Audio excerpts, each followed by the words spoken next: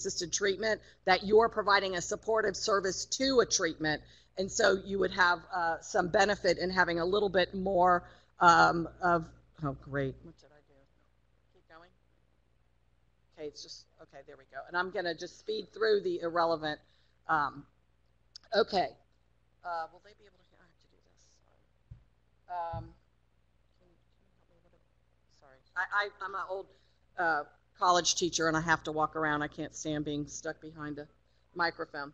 So what the goal of this is to make sure that the interventions that you either provide directly or that are provided indirectly, thank you so much, through your supportive efforts on this grant take into effect, that's not the right presentation, is it? No, this is not the right one. No, this is the one, Day in the Life. Sorry. You know what?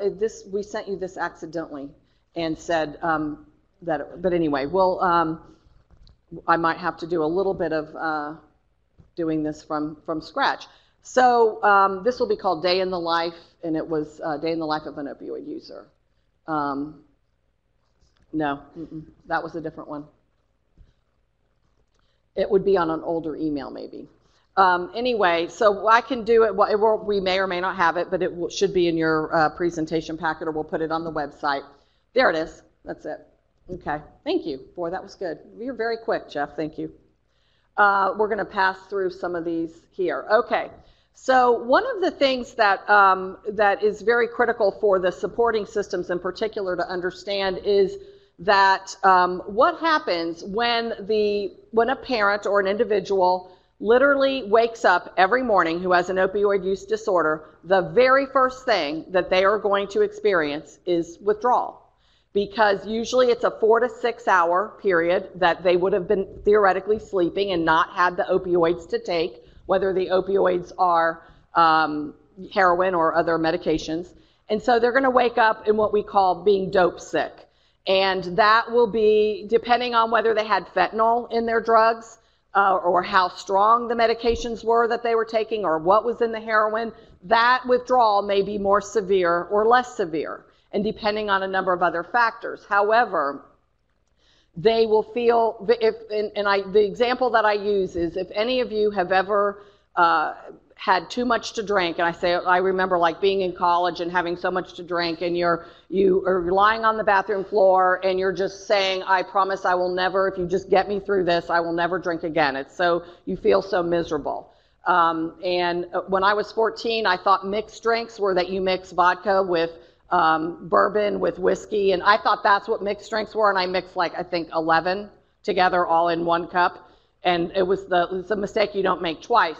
But that sickness for me was 3 days, and I literally thought I was going to die, and I didn't even care because that's how sick I was. All right, that times many times over is often what a person is trying to avoid if they have an opioid use disorder. They're trying to avoid getting dope sick or being, and so and I worked in methadone clinics, and the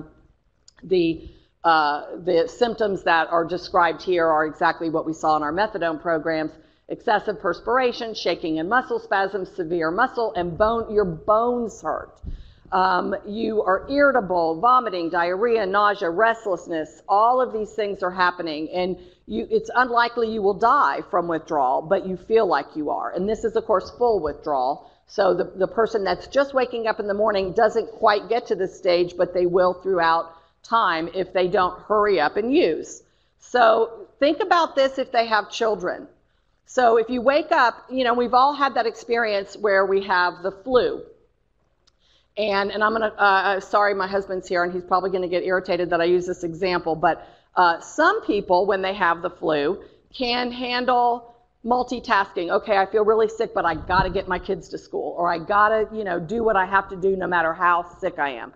And then some people are like, oh, I have, a little sore throat. I can't get out of bed. I need help, So the point of that is that everyone is different. Not every parent who wakes up dope sick is going to not attend to their children. Some will just push on and do what they have to do and take care of business. But our job is to figure out the capacities of these parents, or I'm talking now about those of you who work with parents or who will work with parents, and what the effect is happening. So we have two things we're looking at, two generations, what's happening to mom or dad and what's happening to the children. This is a two or multi-generation issue. We want to be thinking about, and when we know that the people we work with will be in withdrawal until they get into treatment, please be aware of the coercion in domestic violence. We have all kinds of reports of the perpetrator, the domestic violence partner, literally withholding, in this case would be the heroin or the other street drugs that the partner might be using, or even if they're in a medication-assisted treatment program, withholding their Suboxone or other medications to make this their partner do their bidding, whatever they want. You do this for me, or you take care of this, or you get get my breakfast on the table, or you do whatever, and then you can have your heroin, your Suboxone. It's obviously different for each family, but lots of using this as a chemical tool is something we need to be aware of. Now, what's happening? So if mom or dad are high, or they're in withdrawal from opioids, then what's happening to the children? And so the child welfare workers will always focus, at least in some of our areas, on, the baby had a diaper rash because the baby was sitting in the crib and nobody was coming when the baby was crying because they're not feeling well. Well, that isn't really what it's about. If they have diaper rash, that means that they're uncomfortable. If they're uncomfortable and they're a baby, they're going to be crying. If they're crying and no one comes to their aid, that's called lack of responsive care. And so what's happening in their brains is there's a lot of, you've probably heard of the concept of toxic stress. So the babies and the young children become very stressful when their parents are not providing the kind of responsive care that we know is the right thing to do for the children, and also to keep that parent-child bond very strong.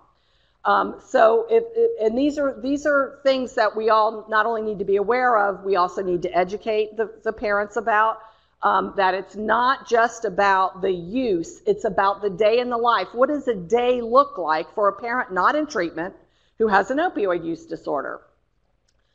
Well, not only do they wake up dope sick usually, but now what's the very first thing they're going to think about when their feet hit the floor? That's it. How to get more. Where are they going to get it? What's different about this drug than some of the others, opioids and some of the others, is we don't typically stash.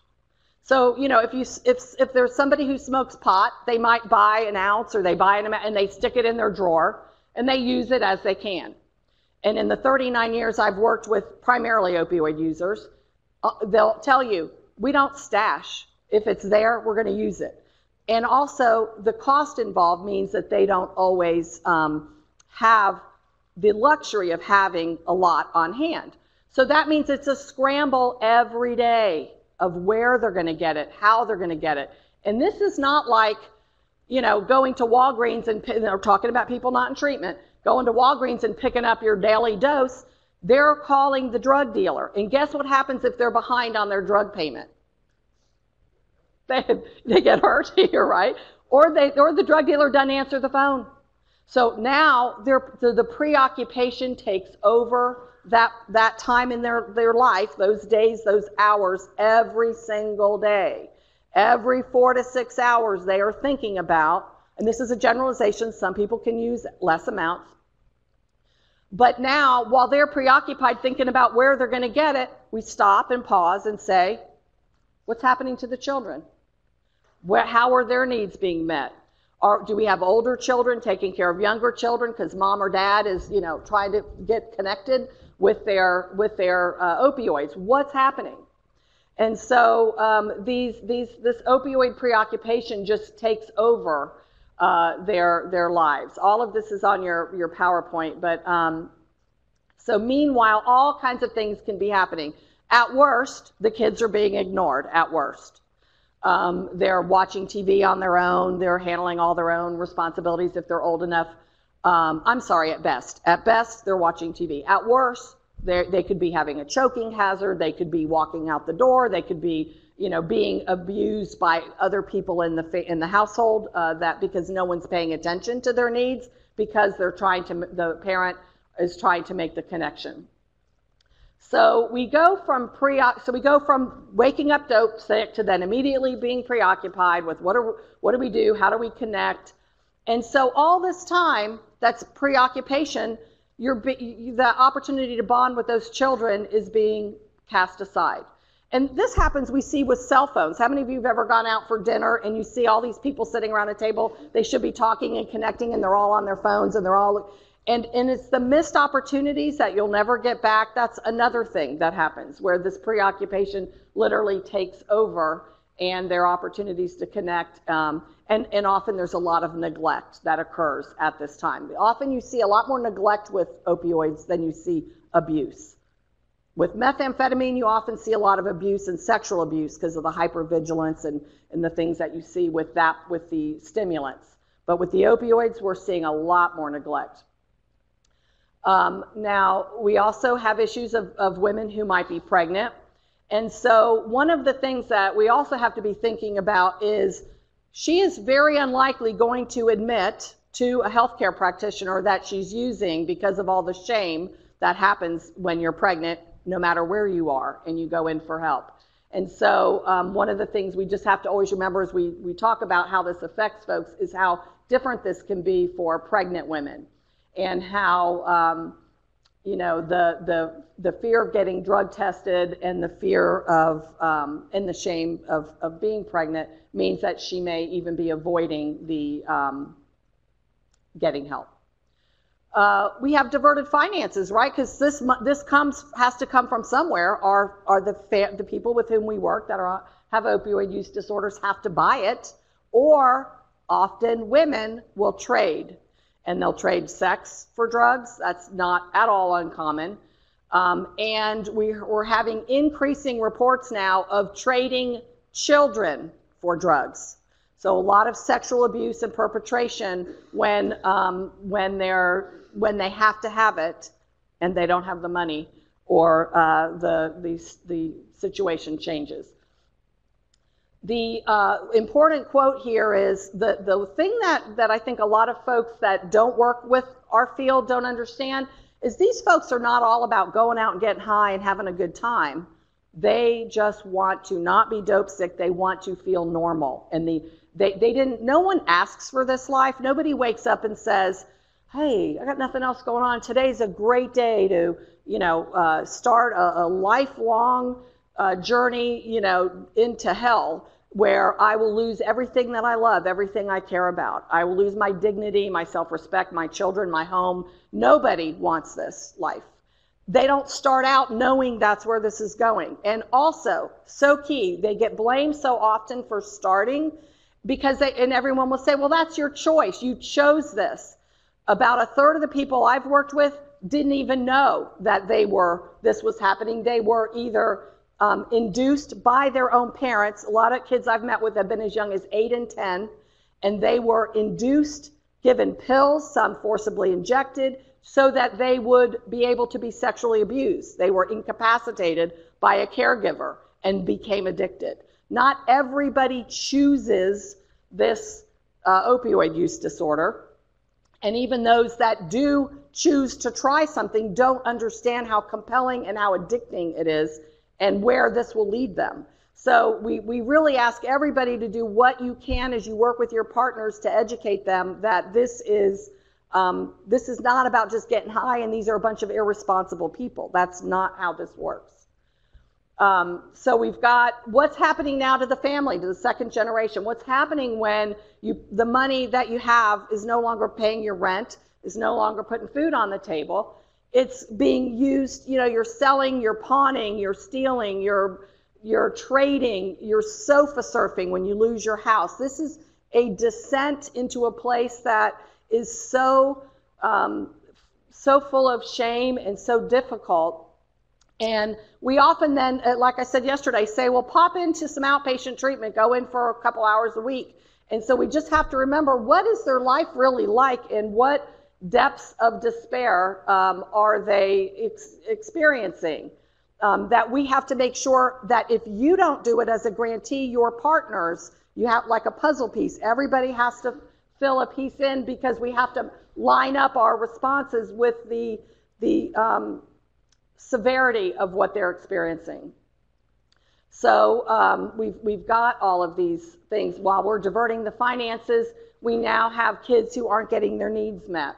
We have kids who are having cognitive delays. We have financial or sexual exploitation happening. So we just have to always, if any one of your programs serves adults that have children, about 60%, I believe, last I looked, of the adults that come in for care have children, then even if it's not in your scope of work to serve the kids, it would be appropriate to find out who is, because these are what they're experiencing. What about procurement? So now we have you wake up in withdrawal, you're immediately preoccupied, now you're going to divert your finances or trade, but now you have to procure. What does that involve? Are you throwing the kids in the car seat, driving to the dope house to hook up? And then what are happening to the kids while you're in the dope house? Or do you leave them at home and say, oh, I'm just going to pop in, this is only going to be 10 minutes, and it's never 10 minutes. What's happening as you're doing your procurement? And this is a quote from a client. I grab my keys and head to my car, throw my kid in the back seat, and off I go to the neighborhood I usually cop in. The drive always feels longer than it is when your withdrawals are kicking in again. I call my dealer, he says it's going to be 10 minutes, which I know isn't true, it never is. I'm looking around, and at least 45 minutes to an hour. I check my phone waiting for him to call. I'm starting to get dope sick again. This is what it's like every day, multiple times a day, depending on the severity of their opioid use disorder. So we may be procuring in places that are unsafe. We may be procuring from people who are not safe to be around, or for our children or these children to be around. And you never know when fentanyl, which is so deadly, is going to be included. So there's a lot of dangers around procurement. I do want to say that we can't always assume that this process of a day in the life always has a lack of concern for the children, because every time I've given this presentation, I've had people come up to me saying, I was that kid. I'm now 35, I have a family, whatever, of my own. I was that kid. But you know what? One of them, I'll never forget, told me that she had a great family life with two parents. And her father was a construction worker and got injured on the job and got on opioids from the doctor legitimately for his pain. Well, he had addiction in his history. He got addicted very badly. He then turned to heroin. Everything kind of got away from him. And he couldn't work anymore. He was so disabled from his addiction. So the mother took a job. She was a nurse. She took the night shift job because it paid a differential, so she got more money. So now she's gone all night, and this little girl was home alone with her dad. And she said, you know what my days were like? She said, literally everything on your slide was my life, but I was too young to know that was what was happening. She said, but he would take me to the dope house every night, which he told her was they were going to play cards. And he would lock her in the car, and he'd put a pillow in there, and he'd put her backpack in there, and snacks, and I don't know. And he would make sure she was safe, or the best he could, and then he would go in to play cards. So, and she said he always came out and checked on me. I never felt unsafe. She said only years later did she know. Where she also caught on, and I've never heard this, but you know how you have kids come knock on your door and they're selling candy bars for school, or they're selling something? He would go buy candy at, Kmart or Walmart or something, and then have her sell it for school, and that was the money he used for drugs. So she did eventually figure out how that worked. But the point is that we call that protective capacities. The parent demonstrated protective capacities to be able to try to, the best he could, make sure that this little girl was safe. Now, does that excuse that he left her in a car outside of a dope house every night? No, something terrible could have happened to her.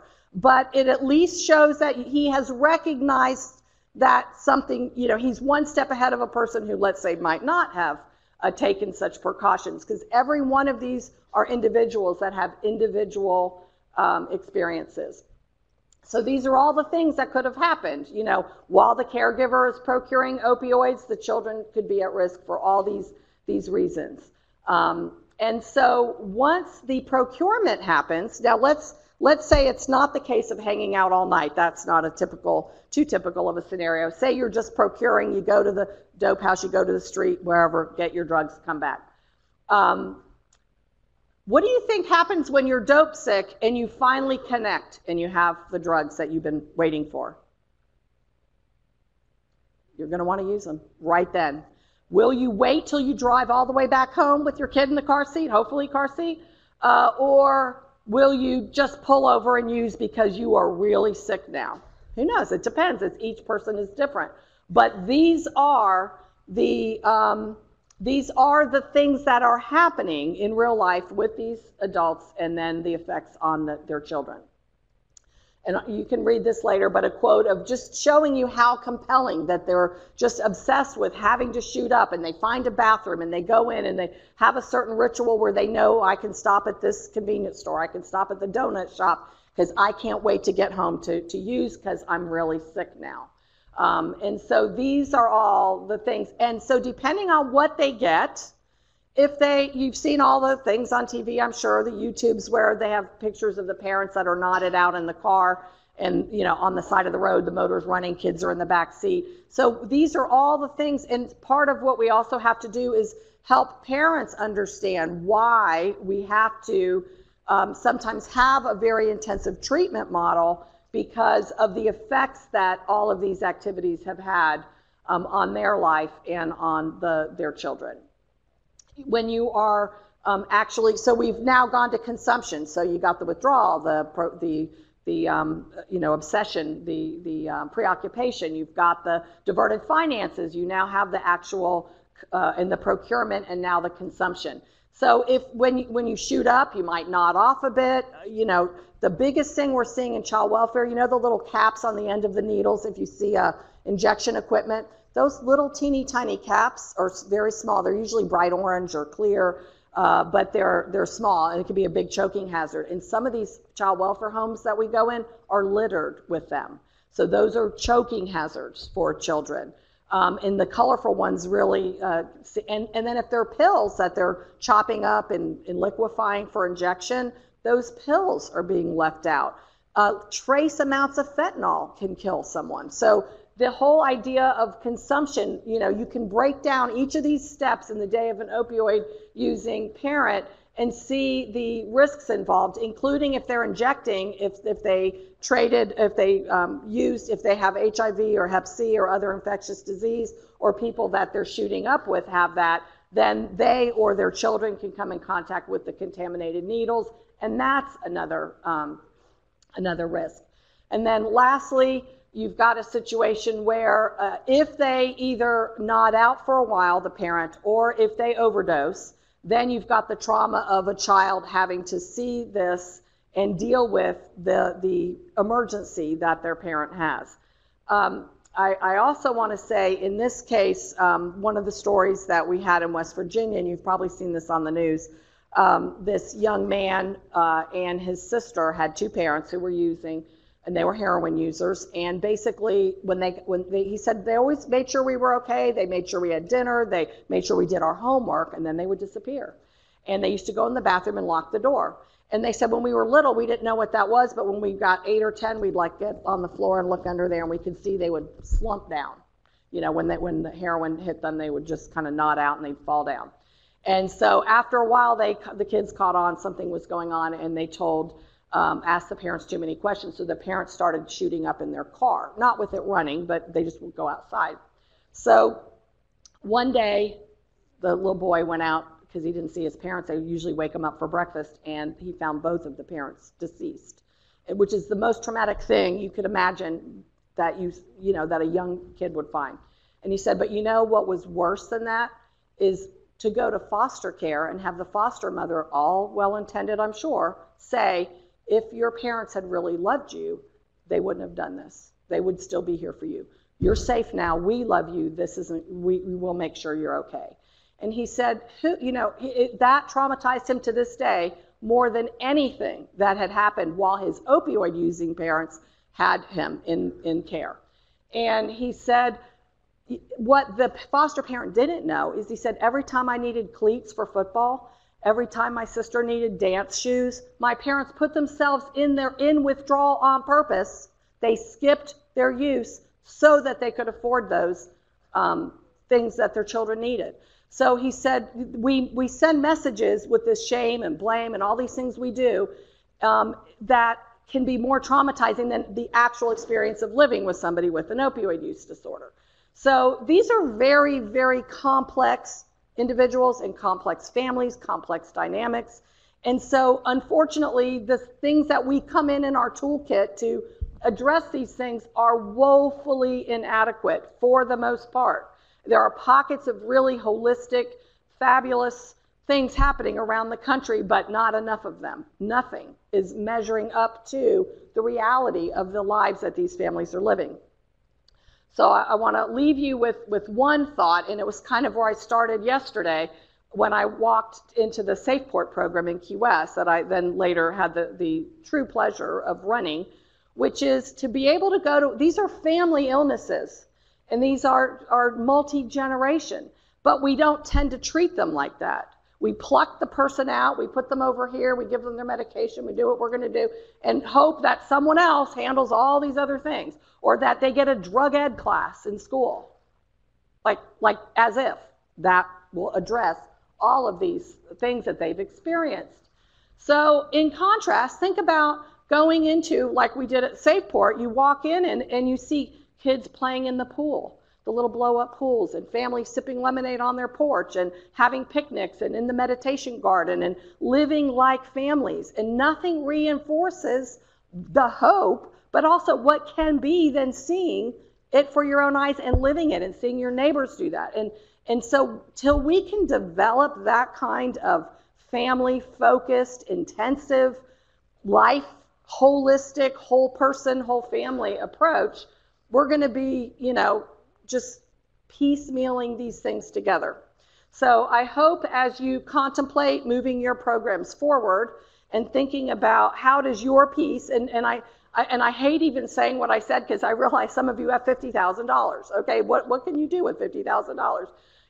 Well, you can be a step in some bigger plan that might provide a more holistic response to the problems that opioids are having on our families and in our tribal communities. So, I hope that over the next, and I think Anna Helena are you going to announce when we're doing any of the regional, or should they just check back? Anna Helena will talk just for a second before we close on how we'll have some more technical assistance opportunities, but basically, and we'd like to also have somebody offered a chance to do a blog or something on the website, but what we'd like to do is have some good ideas, some of the programs that you all are experiencing and having good luck with, and have some ideas about how these collaborative arrangements in your communities might begin to develop this more comprehensive response that we know is so needed. Just take a second, see if anybody has any questions before we have our ending announcements. Appreciate all the work that you do. I know we're standing between you and your flights. So Anna Helena, you come up, and it was a pleasure to work with you, and I hope we see you soon.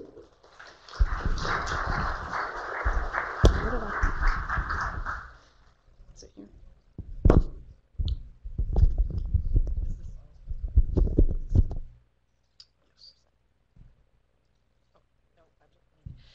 Okay. Thank you all so much for hanging in there with us, and for Pam sharing with us this past introduction. And as you know, we intend to offer technical assistance from now on out. And as you know, that would be through getting to Pam and to Jeff and to me and setting up meetings on the phone and starting to walk you through from the beginning to the end. But also what she alluded to, which is we would really like to hear your success stories. And when we come to our regions, to the 4 regional meetings that we are going to offer, I would very much like to hear how you're doing. We're going to focus on your projects and as much advice as we can give and support as we can give you. And I also want to reiterate that this morning I've heard a lot of feedback on some of the presentations, good and bad. And I realized that when I said you don't have to agree with everything, I mean that. But I also want to say that if any of you felt hurt or upset about things you disagreed with, I can guarantee you that that was not intended. However, as we all know, it's not the intent of the presenter, but it's how it's perceived. So I'm very sorry if that has happened to you. And again, I hope we can move forward and be as supportive of you as we really want to do, because I know how committed you are to this work and to working with our Native people getting out of amphetamines, methamphetamines, and opiate addiction.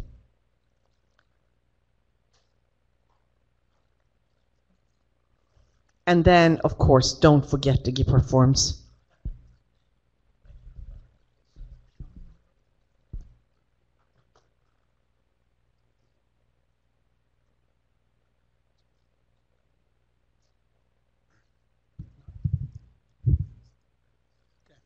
Sean, can I impose if I could? So I want to thank everybody. We're just going to do the final closing protocol. I'll impose on Sean to provide us with some closing reflections and protocol guidance to get us on our way. I just would say about this morning's discussions, much like the conversations we had during today was really a good reality check. A reality check in terms of whatever strategies and approaches that we're using and what a knowledge we bring to bear, understanding where the individual that we're dealing with is coming from is critical. And then I think maybe in terms of what Frank has shared with us so eloquently is in fact that the effort is a generational effort. It is a career-long effort. It is a lifelong effort. And it is something that we have to continue to come to each day. So I want to just thank you all for, again, let's say, bringing a sense of realism to the work that's required. With that, we are concluding, and I'll turn to Sean and ask if he would provide a closing.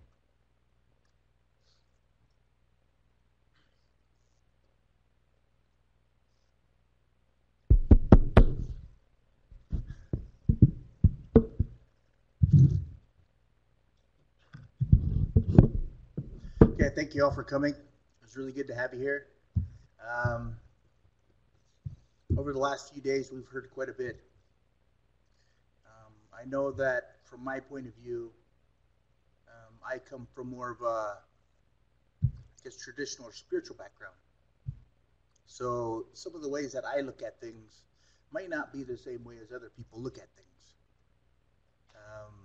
Of course, it's like we know that there are many levels of, in a sense, assimilation today. We have some people who may not understand all the traditional things, or maybe they do. We also have traditional people that may not have all the gifts or something who's maybe spiritual or a healer or medicine person or something like that.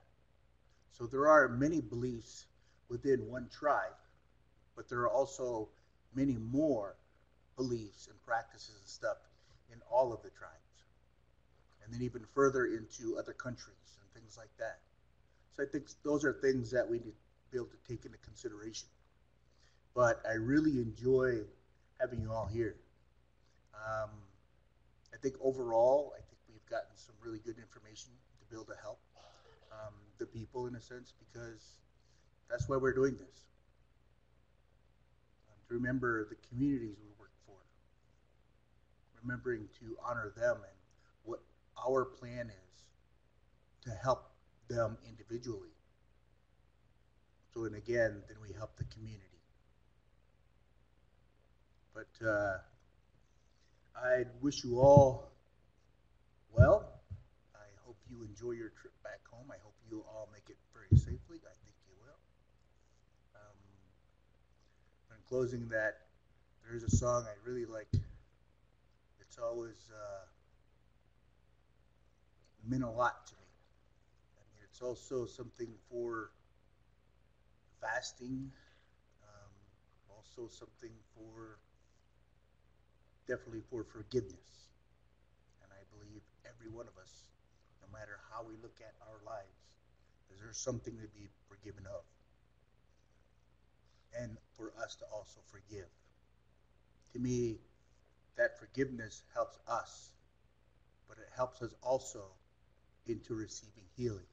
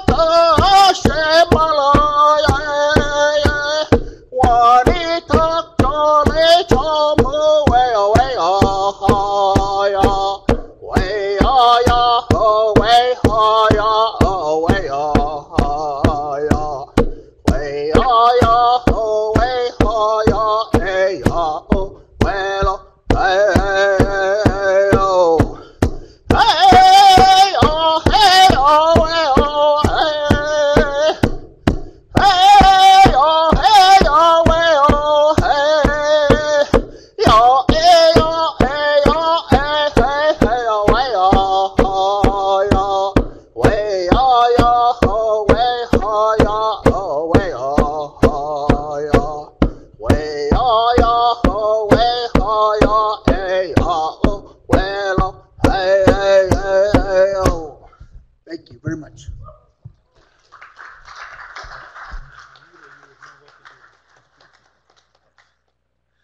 Thank you very much for that, Sean. And to conclude the meeting, I will end it the way I used to end it when I was way back when I was a tribal chairman.